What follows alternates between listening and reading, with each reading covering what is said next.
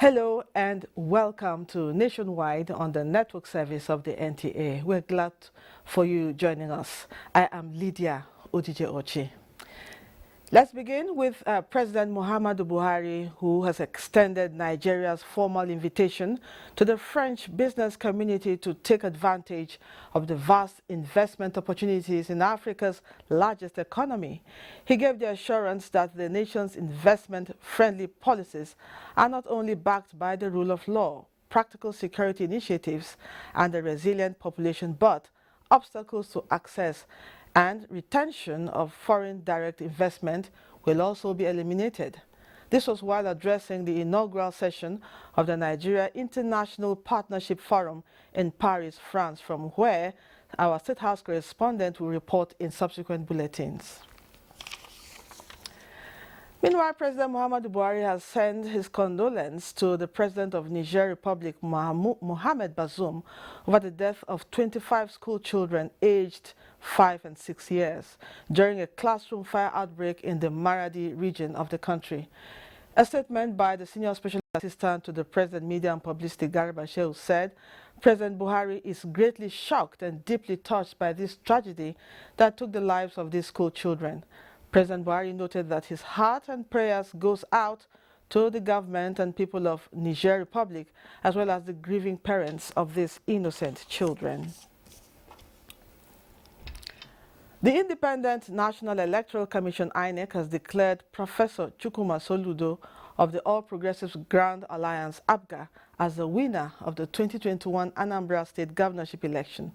Professor Soludo polled a total of 112,229 votes to beat his closest contender, Valentine Ozigbo of the People's Democratic Party, PDP.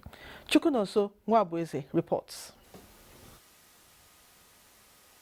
That Charles Chukwuma Soludo of APGA, having satisfied the requirements of the law, is hereby declared the winner and is returned elected. The long wait is over, and the will of Anambra has prevailed in their choice of Professor Chukwuma Charles Soludo, the candidate of the All Progressive Grand Alliance, ABGA, as their governor for the next 4 years. ABGA is a very strong party, liked and loved by the people of Anambra State. So this election has settled a lot of issues, and what we want is peace. Let Anambra State be in peace. The election was adjudged peaceful, transparent, and credible. At the end, there was no casualty, no loss of life. We are happy that that happened, but there was low turnout in the election. We know that there are subversive elements and people who did not want the election to hold. And the best option that was open to us was to take the fight to them. And that was exactly what we did. We boxed them in. All eyes and ears will now be on the other political parties on how they will react on the outcome of the election. From the INEC Collation Center here in Oka, I am Chukwunoso Nwabueze, NTA News.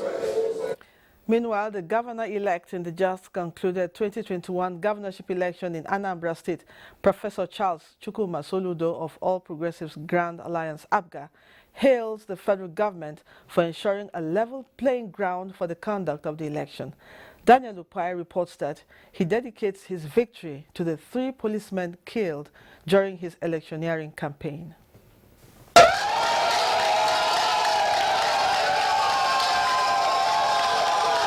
That was the excitement that greeted the announcement of Professor Charles Chukwuma Soludo of the All Progressive Grand Alliance, APGA, as the winner of the November 6 and 9 Anambra State governorship election by the Independent National Electoral Commission, INEC.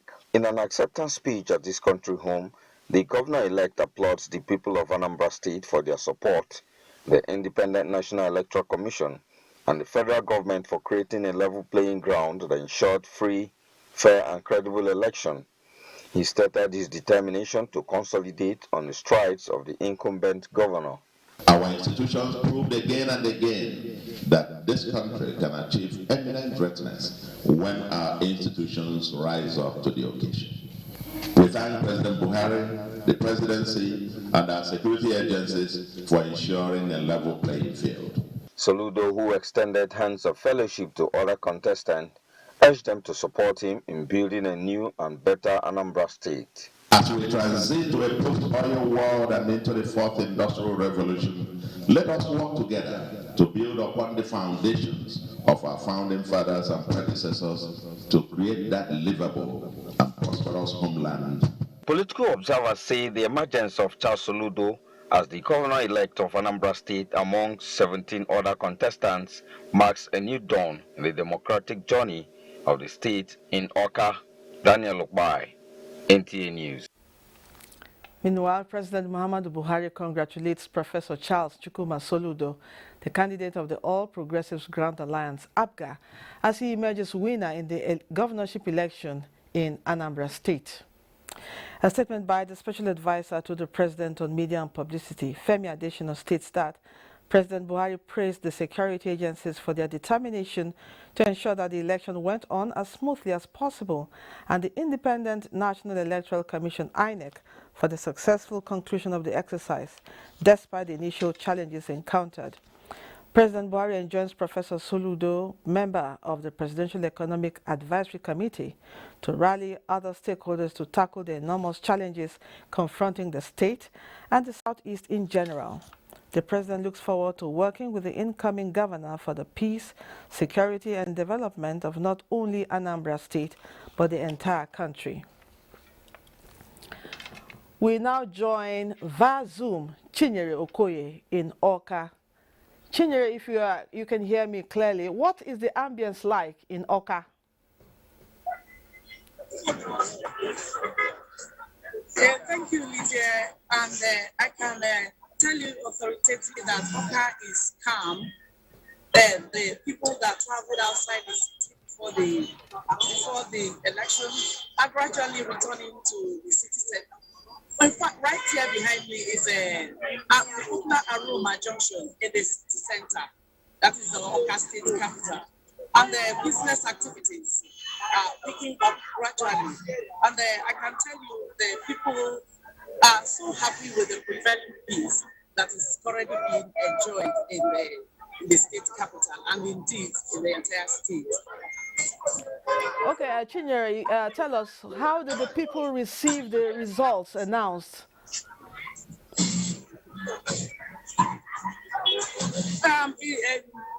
I can tell you that the people of Anambra State are very, very happy because initially it appeared the results weren't coming. They were not sure if the election was going to be, that is that of Iyala, was going to come anytime soon. So when eventually the election ended yesterday, everybody awaited the results. And finally, in fact, very late in the night when the result, early hours of this morning, when the result was announced, it was where a football a goal was scored in a football match, and the whole town was became noisy. People shouted. You could hear the noise from anywhere around you. People were so excited, not just because the winner emerged, but because the winner emerged in a very peaceful process, and the whole town received the news joyfully. And that is what we are witnessing today. Everywhere is calm, and the people are happy. Thank you very much, Shelma. We know with the joy being exhibited by the people, that should translate to even more peace in Anambra State and its environs. Thank you so much for updating us. Moving on now, to sustain the struggle for democracy in Africa and prevent military takeover, guests on Good Morning Nigeria say the constitutional principles of democracy must be adhered to and respected by all in the system. The guests offered the suggestion while discussing on the second part to the topic, Securing Democracy in Africa, on Good Morning Nigeria. Alika Akpanachi Arua reports.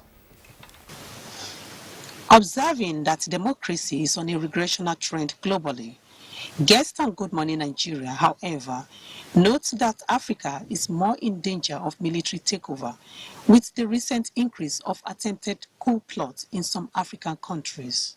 To fight the menace and protect the democratic system, the guest says the electoral process and environment must be well defined and conducted, in addition to electing credible leaders with a self-interest into governance. Yes, there is a concern, especially about contagion effect, or what we can call Me Tooism. With all these things happening, can others start to think of it? But I think it's too early for us to conclude. We have to agree collectively, donate part of your sovereignty to an institution that will be able to immediately be deployed as a rapid response mechanism institution to really restore democracy wherever there is any attempt on that. The guests also maintained views on the nexus between democracy and economic development. Democracy doesn't always guarantee development, but what democracy does is that when government fails to bring development, then that government is sanctioned. Taking a look at the just concluded Anambra election, the guests commended the peaceful outcome of the election and the show of statesmanship by the citizens of the state.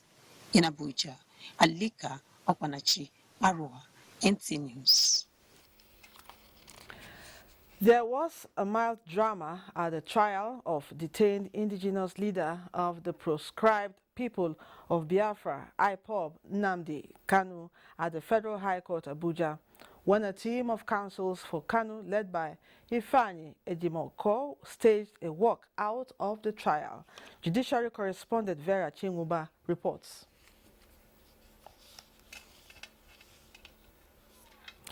We'll bring that in our subsequent bulletin. Lagos is our first port of call, and Michael will be guiding us. Over to you, Michael.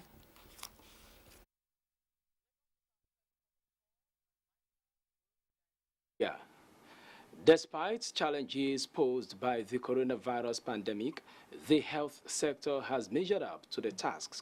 This is evident in various health advances and innovations recorded amidst COVID-19. Hingno John Adams was at the Nigerian Institute of Medical Research, the nation's apex medical research institute, and tells us more. For almost 2 years, coronavirus has been ravaging the world, transforming into more infectious and aggressive variants. These key players are not leaving to chance. From various fields of medical specialties, these researchers are gathered to share experiences from their findings as well as collaborate to build a strong force against the pandemic. Our researchers have developed RNA extraction kits needed in the process of diagnosis of SARS-CoV-2 infection with PCR. They have also produced 2 COVID-19 test kits and lately yellow fever and Lassa fever test kits. Coronavirus has shifted focus away from some of these diseases, but I think we're all very determined to bring everything back on track and maybe in the future study these diseases together. For the National Incident Commander and Secretary to the Government of the Federation, Boss Mustafa, who was represented, the fight continues until the virus is totally defeated. This conference will not only contribute in galvanizing efforts towards ending COVID-19 in Nigeria, but will also serve as the platform to launch Nigeria into a new phase of deeper scientific research. Working around the theme, COVID-19 pandemic, consolidating the gains and addressing the shortfalls is these medical experts' long-term mission. In Lagos, Hingino John Adams, NTA News. A grant of $127,000 has been awarded by the U.S. Embassy in Nigeria. It is for the digital documentation, training, and preservation plans for the Osun-Osogbo Sacred Grove, which is a UNESCO heritage site. Jennifer Igwe reports that a memorandum of understanding was also signed by the National Commission for Museums and Monuments of Nigeria, the United States, and a U.S. non-governmental organization. A 75-hectare site The Osun-Oshogbo Grove is said to be the last remaining sacred forest, which usually adjoined the edges of most Yoruba cities before extensive developmental process. It was named a UNESCO World Heritage Site in year 2005.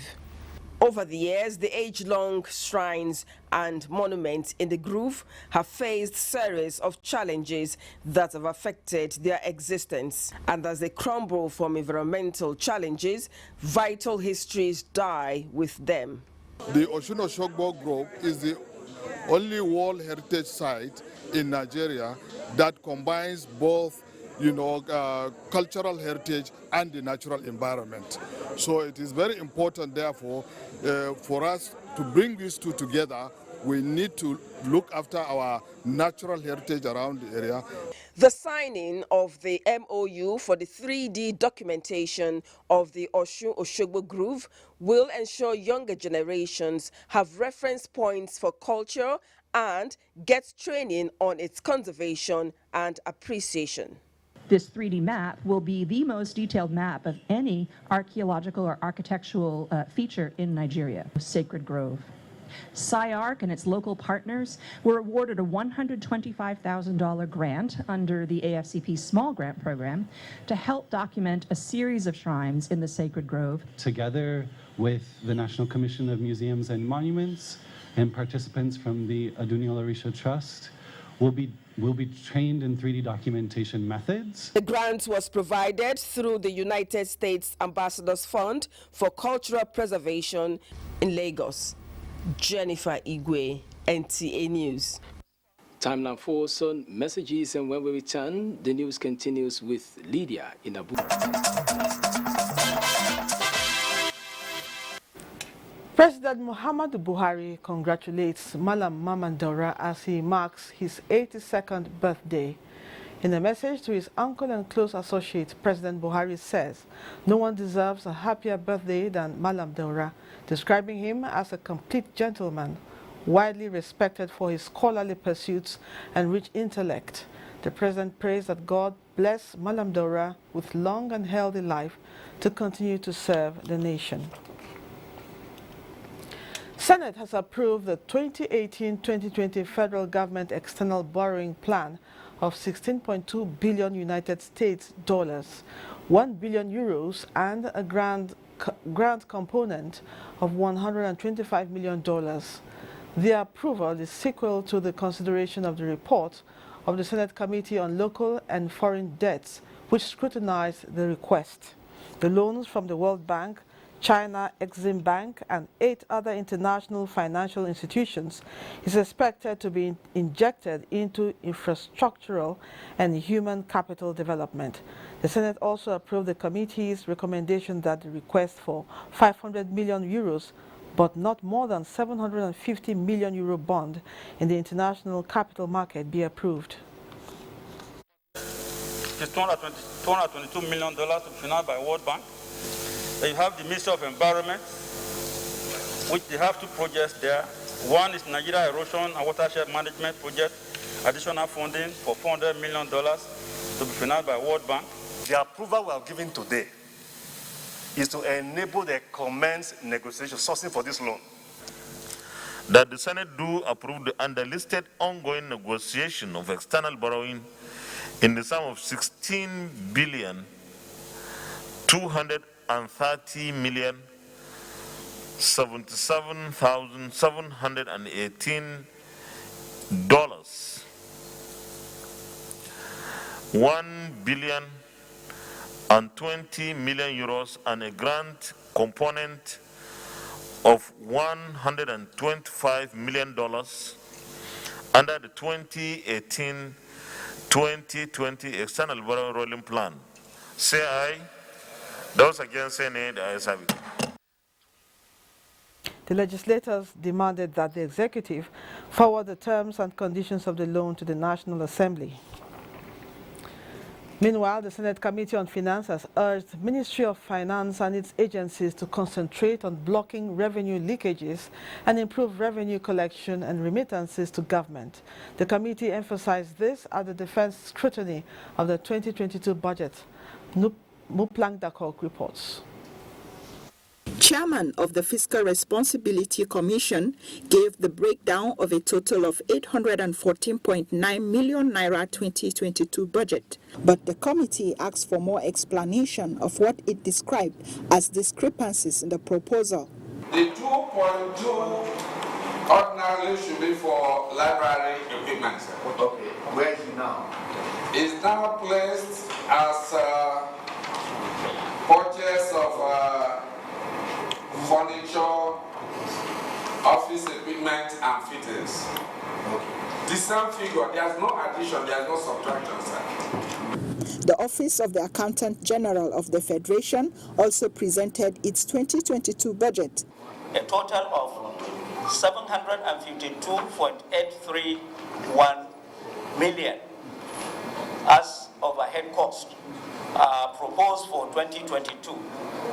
Our capital cost for 2022 is 629.6 million.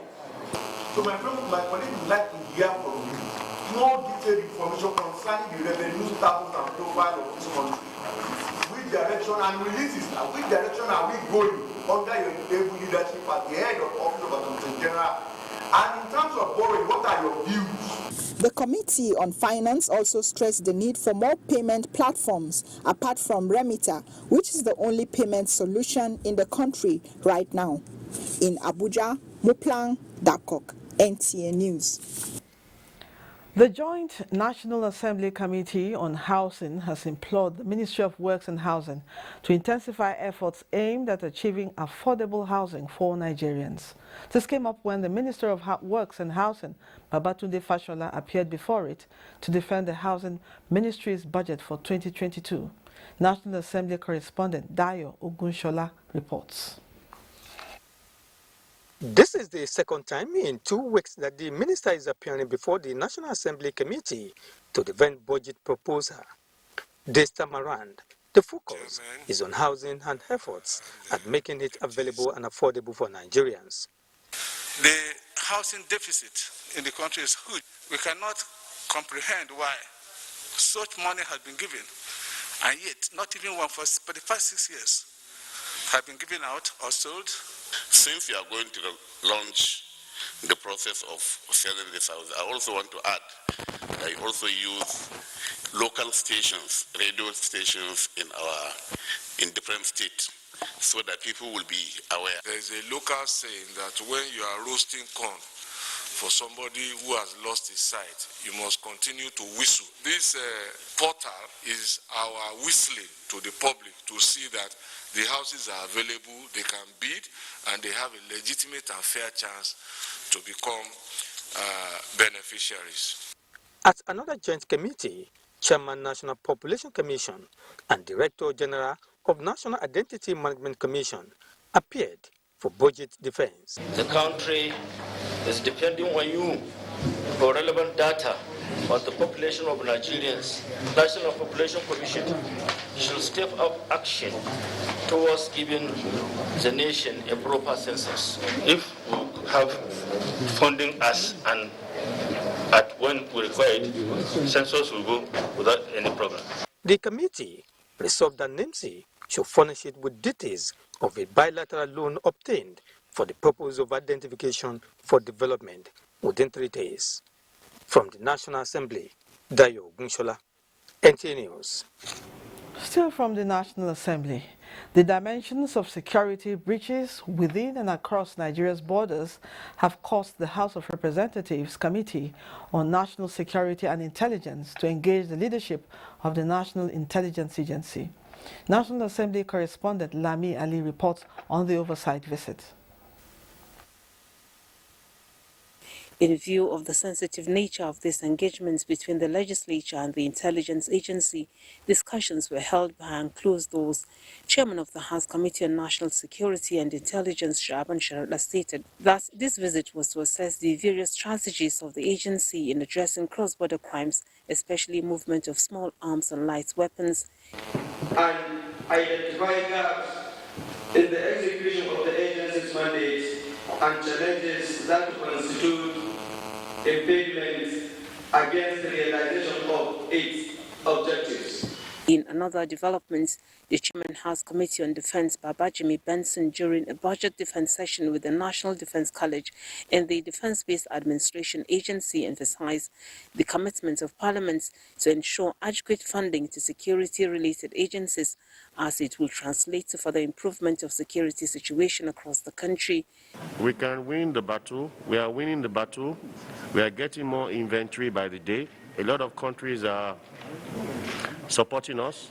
Meanwhile, the House Committee on Agricultural Institutions, while engaging the Ministry of Agriculture on its budget proposal for 2022, urged stakeholders to ensure that federal government investment in the sector achieves desired impact for food security. We should remove all bottlenecks. We should remove all kind of sentiments to ensure that the food prices are brought to the barest affordability on the part of Nigerians. The agriculture sector, especially the CBN intervention, that are not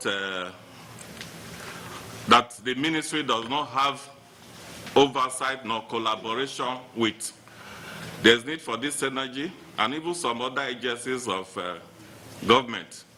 Chairman of the committee, Munir Babadang Agundi, said the money-generating viability of agriculture as income and revenue makes it an activity of choice for many countries. From the National Assembly, Lami Ali, NTA News. The Ministry of Police Affairs is seeking the assistance of the National Assembly to address some challenges facing the Police Academy, Kano, and the Police Service Commission. The appeal was made during the 2022 budget defense before the Senate and House of Representatives Joint Committee on Police Affairs. Francis Form has the details. The police have continued to tackle these challenges. The Ministry of Police Affairs and its agencies defended the 2022 budget before the Police Joint Committee of the National Assembly. And I believe that I do not need to make any appeal for your support, as we have always resolved to do so in consideration of our challenges. Police Service Commission enumerated some of its challenges and appeals to the committee to see to its plight in the coming year. One of the greatest challenges of the Commission is office accommodation, and of course we have our headquarters, which is ongoing. It has been on for so many years. I was meant to understand the headquarters was first put in place 2011, and now we're in 2021. So we'll do the needful on behalf of Nigerians and ensure that we provide an enabling environment for you to operate. Inadequate manpower in both academy and administrative, and the transfer of payments of allowances of cadets to overhead to avoid requesting for special intervention was presented to the Joint Committee by the Police Academy, Woodil. The Police Trust Fund is also appealing to the Joint Committee's intervention in assessing its account domiciled in the Central Bank of Nigeria due to the suit challenging the legality of the trust fund by some governors. Francis from NTA News. We told you earlier there was a mild drama at the trial of detained indigenous leader of the proscribed people of Biafra, IPOB Nnamdi Kanu. Vera Chinwoba will tell us more. Some routes leading to the Federal High Court Abuja were barricaded by security operatives, forcing road users to go one way. Journalists, lawyers, traditional rulers, observers, and activists were denied access to the Federal High Court premises. The defendant, Nnamdi Kanu, was brought into the courtroom around 9:52 in the morning. Two lawyers to Kanu, Ifeanyi Ejiofor and Aloy Ejimako, were initially inside the courtroom before the proceedings. On stepping out of the courtroom to resolve the issue of number of lawyers to be allowed in, and on return, security operatives of the Department of State Services denied the team access to the courtroom, which resulted in a walkout shortly before the arrival of the judge. When the case was called up, The defendant protested the refusal of security agents to allow some members of his legal team, especially his lawyer from the U.S., Bruce Finn, to enter the courtroom when the prosecuting team came with an entourage of counsels. He told the court that his American-based counsel had gone to DSS to see him, but he was equally denied access to him. He, however, refused to proceed with the hearing in the absence of his lawyers. Meanwhile, counsel to the federal government and Director of Public Prosecution at the Federal Ministry of Justice, Mohammed Abubakar, urged the court to proceed with the trial in the absence of Kano's lawyers. Abubakar told the court that the matter was fixed for hearing on an application filed by the defendant. In a short ruling, Justice Binta Nyako expressed displeasure over the conduct of Kano's lawyers. She declined to dismiss the pending application and rather adjourned the case to 19th of January 2022 for trial. And ACTA is specific on the guideline for trial of a person who is in detention. And it said day-by-day trial. There's no more fundamental right than a right to access to lawyers in a criminal case. It's enshrined in the Nigerian Constitution. It's enshrined in the International Covenant on Civil and Political Rights. We're going to go back to the drawing board, and we are going to come out with very strong countervailing legal and judicial challenges to the travesty of justice that happened in court today.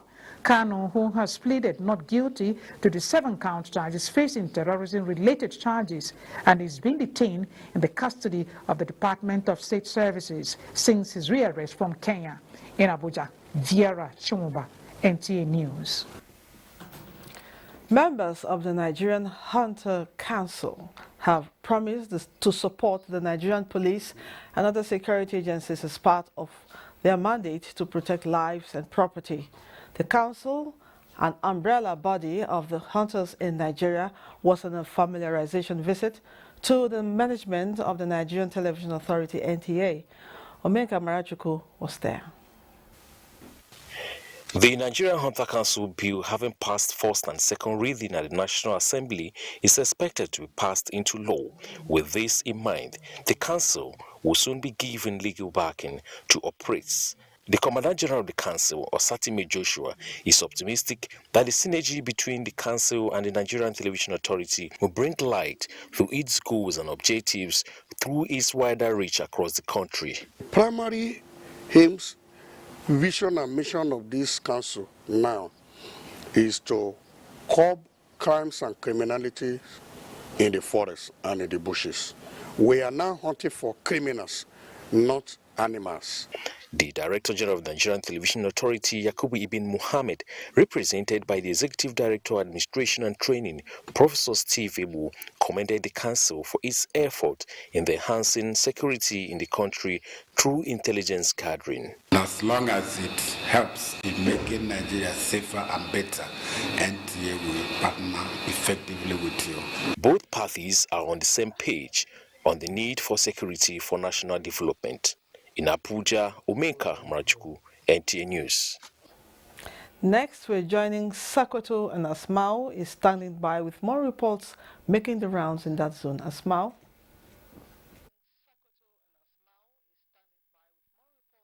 Lydia, good evening and welcome to Sokoto on Nationwide. The governing board of the National Youth Service School, NYSC, has visited Sokoto State. During the visit, the members commended the support the scheme had been enjoying over the years. Sheikh Muhammad Dati completes the report. The chairperson of the NYSC governing board said the members are in Sokoto to, among other things, inspect and assess the condition of the Wamoko orientation camp. She told the governor that some of the structures at the camp, that includes lecture hall, hostels, pavilion, and dining hall, are dilapidated due to the effects of windstorm, calling for government's intervention. She also stressed the need for an ambulance for the camp. Ambassador Fatima, however, acknowledged the adequate water and electricity, appreciating the continuous support of the Sokoto state government to the scheme. Governor Aminu Waziri Tambol said NYSC has been central in promoting national unity, encouraging stakeholders to continue to support the scheme. I have taken note of all the issues you have raised. We will see what we can do within the limited resources. We can really squeeze something out to address these challenges, and by the grace of God, we shall do that almost immediately. At the Sultan's Palace, Ambassador Fatima congratulated the Sultan on his 15 years anniversary on the throne, praying for his successful and prosperous leadership. She appreciated his support to the NYSC scheme in Sokoto State in the last 15 years. I've said a lot about this particular board of NYSC. And I think you still also reach out to other leaders, talk to them, at least to do some of the things they are supposed to do with honesty and with fear of God. Sultan Muhammad Saad Abubakar admonished the NYSC governing board to do right to all, preach peace and understanding among co-members. The Sultan also hosted the Batsi Stream 1 co-members posted to Sokoto, urging them to respect the norms and values of their host communities. In Sokoto, Show Muhammad Datti, NTA News. Sokoto State Police Command has arrested 3 trucks loaded with 44 cattle on their way to Dodo Market in Gwandu local government area of Kebbi State. Commissioner of Police Kola Kamaluddin Okunola disclosed this to newsmen. Shehu Muhammad Datti again reports. According to the commissioner, the suspects were intercepted by the police in Raba town on their way to the market. He said the suspects were arrested for violation of security containment order imposed by Sokoto State government of movement of cattle. Kola Okunola further said investigation is still going on to get the real source of the cattle. All those who were arrested for this containment order, either through firewood carrying, through cattle, truck, carrying cattle with truck, the one arrested with fuel in jerrycans and co, all of them have been charged to court. Speaking to NTA News, the suspect said they are not cattle rustlers, but it was the fear of bandits' attack that made them decide to sell all their cattle to the nearest market and buy foodstuff for their families. In another development, Sokoto State Police Command has also arrested Asma Amodi and 2 others for smuggling petrol in jerrycans covered with sacks on their way to Lofa village of Treta local government area. Asma'u, a seller of local dish, said she is supplying the fuel to dry season farmers in her village. All the suspects would be charged to court after investigations. In Sokoto, Shehu Muhammad Datti, NTA News. And that's it from Sokoto. It's back to Lydia in Abuja for more on Nationwide. Thank you, Asma'u. Implementation of Nigeria's nationally determined contributions will reduce greenhouse gas emissions by 47% by 2030 and reduce the country's exposure to air pollution. The Ministry of Environment presented this prospect while addressing the UN Climate and Clean Air Coalition high-level ministerial event at COP26 in Glasgow. Onenge Fineface will tell us more. Air pollution from black carbon, dump sites, soot from factories, and methane from oil and gas production affect 92% of people worldwide. Reducing short-lived climate pollutants like black carbon, methane, and hydrofluorocarbons can have a dramatic impact on the climate by saving 2.5 million lives a year, cutting global crop losses by 50 million tons, and cutting climate change by half a degree Celsius. The United Nations Climate and Clean Air Coalition high-level ministerial meeting at COP26 is therefore organized to review solutions and upscale more action for clean air. That we're currently at about 1.8 degrees if everybody were to do everything that they have said. That just tells us 1.5 is possible. The global methane assessment shows that cutting methane emissions by 45% by 2030 would make 1.5 possible. Nigeria has been a partner in the Clean Air Coalition since 2012 and has developed a national action plan to reduce short-lived climate pollutants. In Nigeria's updated NDC, we have committed to 60% reduction in fugitive methane emissions from our oil and gas operations by 2031. The overall target is to achieve clean air through improved commitments to sustainable transport, clean energy, waste management, methane recapture, monitoring industries to reduce leaks in the production of fossil fuels, and promoting sustainable agriculture. From Glasgow, Scotland, Onengie Fineface, NTA News. Since 2002, the globe on every November 10th focuses on World Science Day for Peace and Development to underscore the importance of science in overall growth and development. The World Science Day, proclaimed by the United Nations Educational, Scientific and Cultural Organization UNESCO, also highlights the need to engage the wider public in debates on emerging scientific issues. We now join via Zoom inventor Lawrence Nzenago, President, Association of Nigerian Inventors in Lagos, to throw more light on the relevance of the day. You're welcome to Nationwide. Yeah, thank you. Good day, my host. Okay. It's a privilege, to be part of this program. Thank you. World Science Day is a noble day, which I also believe has, from time, exposed a lot of inventors to limelight. And being the president of inventors here in Nigeria, we've had challenges with the young upcoming inventors and innovators, artisans. And with the great work Honorable Minister and the Minister of Science and Technology is doing in Nigeria, with also WIPO bringing down their office in Nigeria here. It's a very great success to this government and to the world of science and technology.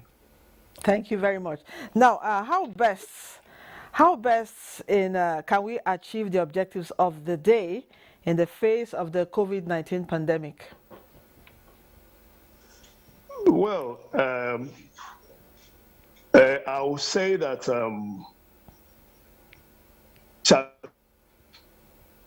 competitions are the key to nation-building success and the commerce. Innovativeness, which are endowed in our people, need to be harnessed by, getting government to support them more, encourage them, and the ingenuity in them will be harnessed and commercialized. Okay. And in the World Science Day, I think the international body, who is the mother of this project, should also do more by, like the Ministry of Science and Technology and other firms are having exposition. World Science Day, I believe they should also structure science competitions, which will keep the youths engaged. Okay. We have a lot of youths who are innovative and geniuses, and when they have less competition, they are very, very vulnerable. We need to challenge their brains now. We need to challenge their youthfulness now to the best of our ability is for the nation growth, world growth, and for national economy. Thank you so much for joining us on Nationwide. Thank you so much for sharing your thoughts. We've been talking to inventor Lawrence Nzenago, President, Association of Nigerian Inventors, on World Science Day for Peace and Development. A 3-day capacity building workshop to boost the knowledge of members of the Nigerian Institute of Public Relations, FCT chapter, has opened with the theme Harnessing Diversity for Nation Building, the Public Relations Perspective. Hawa Gimba reports that participants at the workshop were drawn from various organizations. The workshop for professional public relations officers and communications executive is aimed at broadening the knowledge of participants for effective public relations. In his paper presentation, Paradigms of PR Measurement and Evaluation, Dr. Ike Ikechukwu dwelt extensively on the importance of public relations in nation building. Let them understand that public relations is not advertisement. Let them also know that public relations outcome is measurable. Former Director of Information, Nigerian Army, now Public Relations Consultant, Brigadier General Sani Usman, retired, says, because crises can make or mar organizations, therefore must be handled properly. We are also looking at crisis communication. To what extent can you mitigate incidences when they occur to, maybe enhance the image or reputation of your organization? And there is no better time than now to harness that diversity. We can have different states We have different organizations, but we have one country. In this day and age, there are PR skills, but you need to understand the ones that are functional. Chairman NIPR FCT chapter Mariam Sunusi urged members to tap from the wealth of experience and the workshop and excel. If we are able to put these differences together in a positive way, I think Nigeria will be better for it. The 3-day capacity building workshop is expected to enhance members' knowledge in effective communication for national growth. Hawagimba, NTA News. You're still watching Nationwide on the network service of the NTA. Let's now join Larry in Ibadan with more reports from that zone. Good to see you, Lydia, and welcome to Ibadan. The Ogun State government has set machinery in motion towards improving the judicial system. This time, it is in partnership with the United States government. Lekan Agbode completes the report. Governor Dapo Abiodun at the inauguration says the innovation, which is being piloted with 6 judges of the Ogun State High Court, will provide end-to-end digital case management to curb delays in the judicial process. We appreciate the place of partnership, collaboration and synergy between all arms of government, legislative, executive and judiciary, within the ambit of separation of powers. Their innovation, according to the U.S. Ambassador to Nigeria, Mary Beth Leonard, will play a significant role in easing the task of case scheduling for the judges. The new case management system was developed as a solution to promote efficiency in the allocation of time and resources to court cases. The systems will improve the speed of adjudication and the experience of litigants in the state. The Chief Judge of Ogun State, Justice Mosumola Dipeolu, commended the initiative and appreciated Governor Dapo Abiodun. When the judiciary is fully digitized, each judge will have access to his docket on his laptop or mobile phone.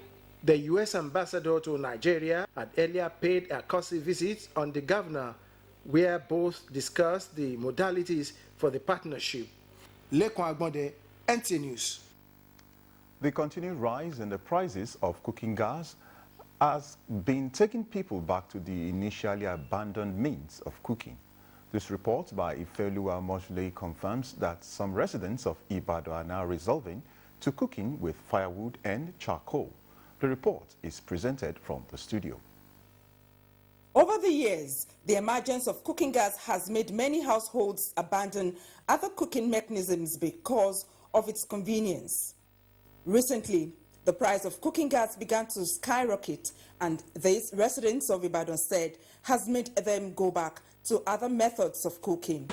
Price of gas is too exorbitant, and it's not easy for the common man. Presently, I had to go and buy coal. The price of gas has increased. Now we are using firewood. A visit to some of the gas stations signifies low patronage of the commodity as sellers of cooking gas decry low patronage. I buy gas $250 before, but now the price of the gas is $750. Sellers and buyers therefore appeal to government to expedite action towards reducing the price of cooking gas. Nationwide continues in our Abuja studios, where Lydia is standing by. Thank you, Larry. The federal government has earmarked 250 billion naira to drive the National Gas Extension Program. Minister of State Petroleum Timipre Silva, in a message sent to an auto gas technicians training and certification program in Abuja, tasked investors to leverage on the fund and build capacity in the industry to reduce carbon emissions. Kenneth Nanim reports.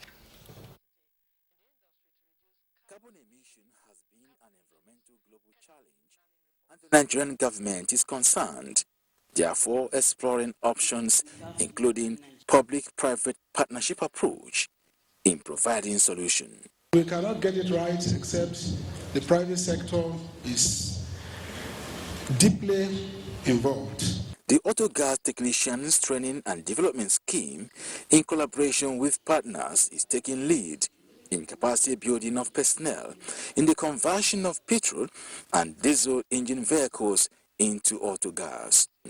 Achieving emission reduction in greenhouse gas by switching from dirty fuel to gas-driven captive power generation and switching automobiles from dirty liquid hydrocarbon fuel to autogas. LPG has a chemical composition that enables it to burn without producing as much contaminants as PMS. It's going to be cheaper, it's going to be healthier for the women who use this health-impacting charcoal woods every day to put food on our table. You can imagine what we can do if we focus our energy on utilizing our gas resources. In the value chain of this National Gas Expansion Program, the training is the most critical that we want to tackle. It was a consensus here that clean energy generation and consumption is the way to go, and Nigeria must join in the global trend. Kenneth Nanim, NTA News. We now conclude Nationwide. Thank you for being a part of it. Before we go, let's remind you that NTA's fight against rape and rapists